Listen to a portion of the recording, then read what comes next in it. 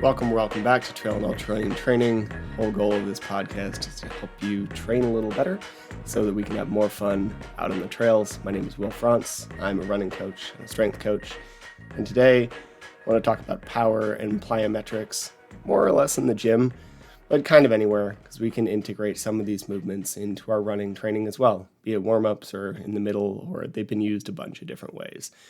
If you appreciate this information, I would appreciate it if you would share or subscribe or whatever. I think if you do the subscription thing, that is the most valued at the moment, or follow, or whatever it is that tells them you want to hear from me on a repeated basis, depending on the platform.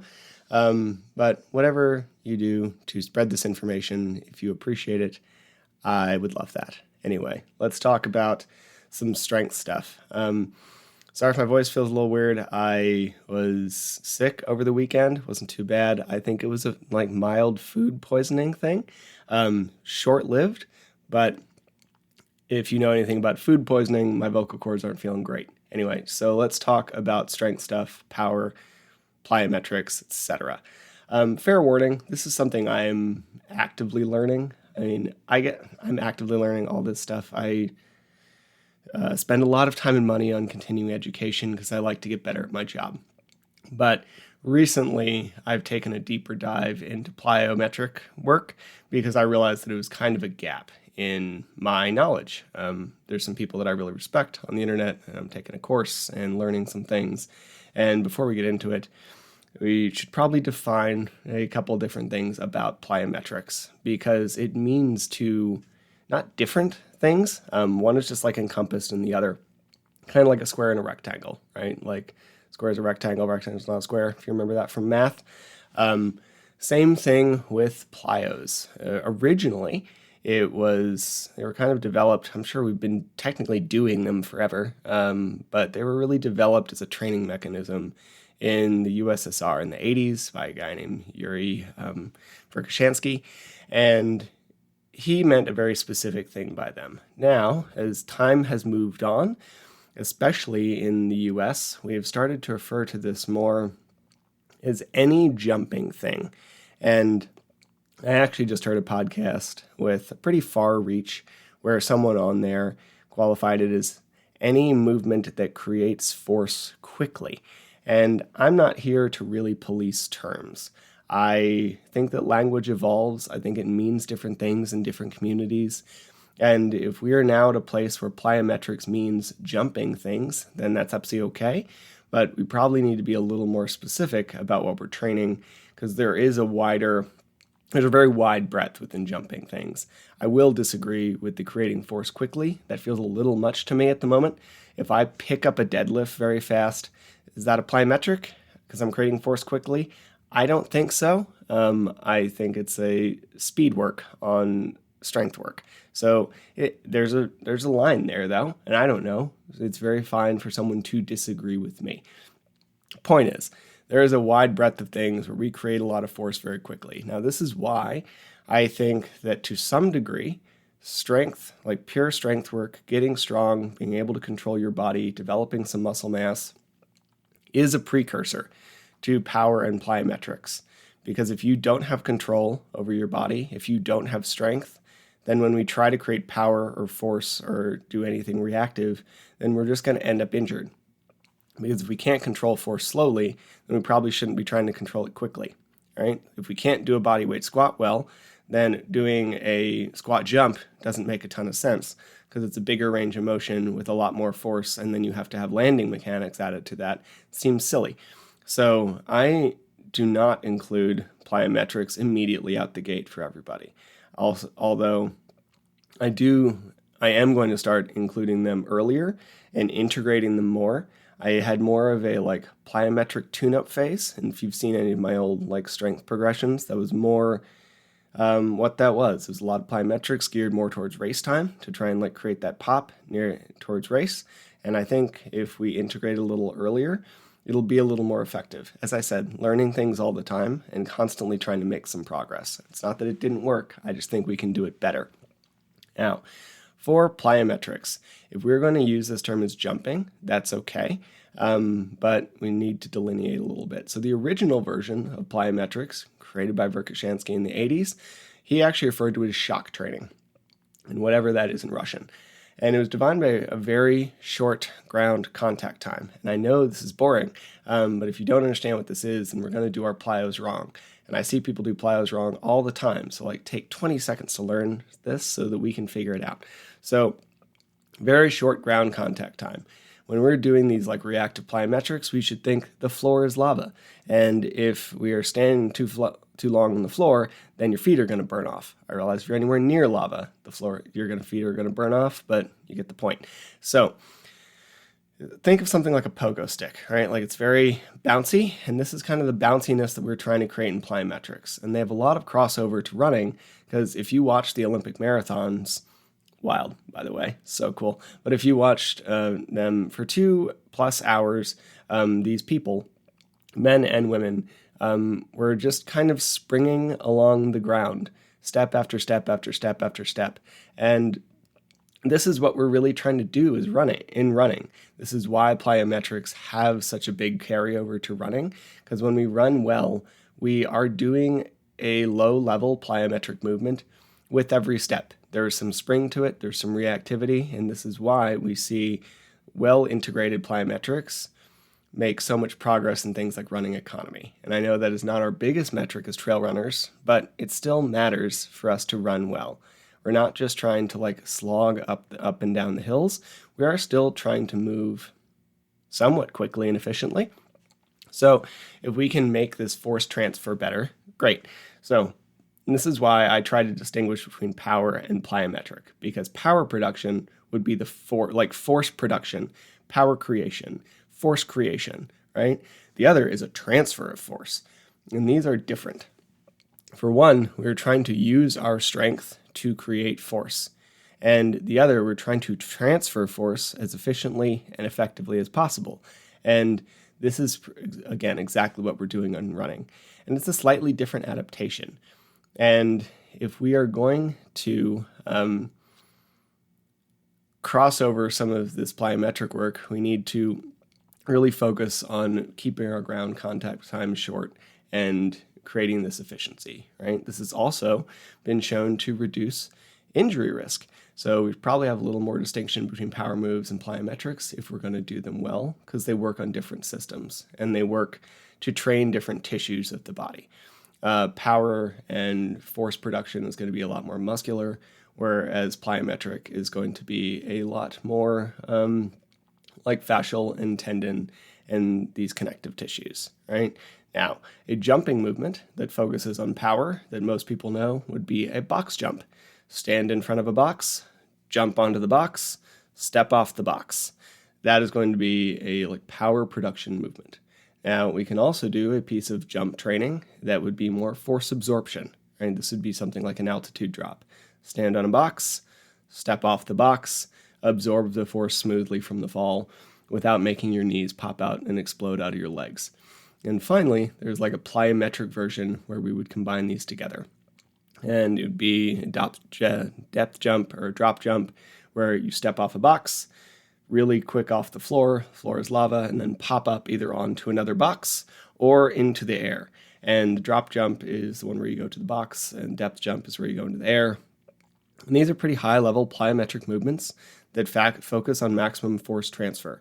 And if you're a very fascially driven, tendon-driven, springy kind of athlete, then a lot of the time your drop jump is going to be significantly higher than your regular box jump, right? If I stand in front of a box and jump, I might get 24 inches. If someone who's a more springy athlete than me but had a similar box jump, they might step off of a 12-inch box, react off the ground, and end up with a 36-inch jump. There can be a very significant increase from this shock reactivity cycle. And there's a lot of benefit that we can get to it, right? So if we can train this, we can all get a little better at this, whether or not we are naturally driven that way or not. Now, there's a whole range of intensity when it comes to plyos. There are these depth jumps, drop jumps. They're going to be super stressful. They're going to be a lot of engagement.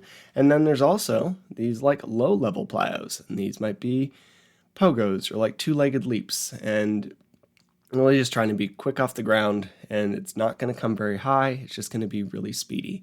No matter what, like when we were looking at pogos, when you hop 2 inches high, they are much less intense than pogos where you jump 12 inches high because the impact force is less because you're falling from less of a height. Not rocket science. One's not better than the other. They're both valuable at different times of the season for different purposes. And we need to pair them with load when it comes to things like running and strength training and whatever. Probably don't want to do your biggest intensity block at the same time as your biggest distance block while also maxing out your deadlift and doing 12-inch like single leg hops on a weekly basis. Your Achilles will probably snap. So you need to pair all these things together in a way that is not going to break you, and we'll talk about that more next week or something. Now, we also want to make sure that we get some one-legged work in. This can be in the form of bounds, and this is a really traditional thing for runners, where you're running, switching back and forth between legs, you jump off like left leg, jump off right leg, but with the focus of, again, really trying to create that short ground contact time. We're not trying to jump and stick the landing, we're trying to jump and be quick off the ground and use that springy nature of our foot. If we look at our entire back of our foot and bottom of our foot and back of our leg, it can function like a leaf spring. Go look at like an F-350 truck. There'll be these big leaf springs on the bottom that have like their big bow functionally. And then when you put weight in the truck bed, they flatten out. And then when you take weight out of the truck bed, they become less flat. They get more bowed again. This is how the bottom of our foot and the back of our leg can function if we run, if we teach it to work along this like fascial way, right? So we look at bounds. It's going to be back and forth, leg to leg. We're not trying to hop side to side. We're still trying to keep that straight line. One of the biggest mistakes I tend to see is this like side to side movement, which is why it even came to mind. And then finally, hops are just going to be this like single leg over and over again. So instead of left, right, it'd be like left, left, left, left. And hops are really difficult and can take a while to get, but they're incredibly effective as a form of like power production and transfer. And all of these things we can do on any level. We can make them about 2 inches high, make them a foot high, whatever works for you and whatever fits your season. Now, a couple of vague rules that I don't always follow, but are good guidance and things to think about. These movements are intense and should be appreciated as such. And they shouldn't feel destructive. And the sets should be short, and you should rest between sets. Right? So this is a good idea for a lot of strength training. I think when it comes to plyos, it feels so similar to the running that we do that we often forget this. But it is more of a strength movement, and we should appreciate it as such, or else probably get hurt, or lose the ability to create power, and then it becomes a waste of our time. Another one, 2, for power movements like box jumps, I don't see a lot of purpose in doing more than 5 in a single set unless you want to compete in something like CrossFit. CrossFit does massive sets of box jumps, and that is part of the sport. If you like that sport, great. If that's not the sport you're trying to do, then we should probably stick to about 5, maybe 8, but probably 5 or fewer, because it'll actually allow us to create the power production we're trying to get out of the box jump. Right? I've changed my opinion on this over the years. I've gone back and forth. I used to program more, and I've just gotten lower and lower and seen more progress out of it. So it is an experimentation thing. I don't think we have a perfect answer, but I really cap it at 5 now. For some force absorption stuff, especially early on, if we're just trying to train the body, and again, it's more lower level, that might be a little higher, but not really going above 10, usually going to 5.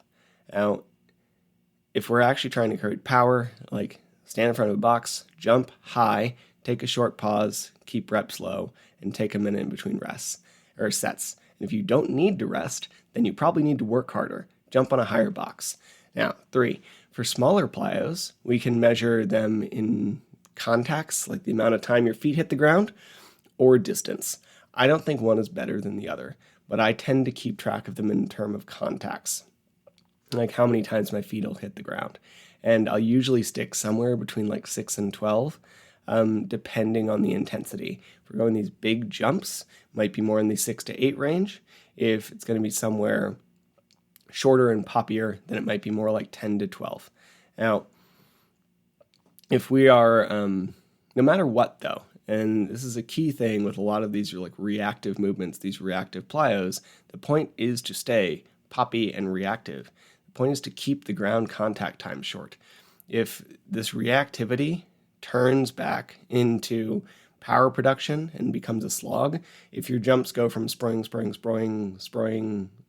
then you were probably done 3 jumps ago because we're missing the point, right? So we have to have this intention for what our training is and then follow it and be willing to pull back when we need to. Now, some good ways to start with jumping in plyos. Start with box jumps and altitude drops. It's one of the reasons I already mentioned them. We can learn to produce force of our own body weight and absorb force of our own body weight. And you could do like 3 sets of 5 box jumps at the beginning of one strength day and 3 sets of 5 altitude drops at the beginning of another strength day. It'd be a great way to like start these jumping movements. And you can do this like, I would insert them at the beginning because they are a power production movement. They are technically a little dangerous compared to some other things in the gym because if you don't create enough power, you fall, and that sucks. So make sure that we're like feeling pretty fresh. So you do your warm up, do whatever you need to do to make sure that you feel good enough to move well, and then create some force, right? Now, these could be done on a like strength day. You can do them before a run, but I prefer that kind of work on a strength day. Now, in terms of lower level plyos, we can do these like short 2-footed leaps, like they're often called pogos if you search them on the internet. And we could do some uphill bounds to get this single leg movement. And I like them uphill because they reinforce good form and it takes some load off because we're not like putting as much load through the tissues as if we were landing on flat ground. So lower level plyos, like that could be done on a strength day as well, or it could be done on a run. And I'm experimenting with them on both, and I like them as both. In fact, I kind of like them right before a run because it functions pretty well as a warm-up. It primes my tissues to be a little more poppy on that run. And finally, there's this whole middle ground here of power and reactivity. And this is why I think the term got vague over the years. It's not that I think it was intentionally bastardized. I think it was just not a good way to represent the wide range of movements we can do here, and they all have some value.